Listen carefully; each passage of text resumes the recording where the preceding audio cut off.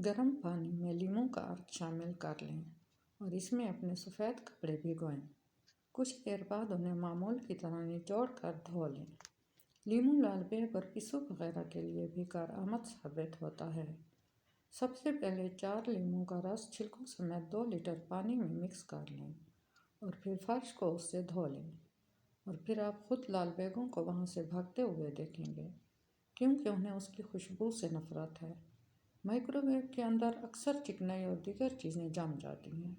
इनकी सफाई के लिए 3 चाय के चम्मच लीमू के रस को 1.5 कप पानी में मिक्स करके किसी माइक्रोवेव में रखे जाने वाले डोंगे में रख दें। इसके बाद माइक्रोवेव को 5 से 10 मिनट तक चलाएं, जिससे पैदा होने वाला धुआं अंदरूनी दीवारों में जज्ब हो जाएगा, जिसके बाद जम जाने वाली चिकनाई या दीगर चीज़ें नरम हो जाएंगी, जिन्हें साफ़ कर लें।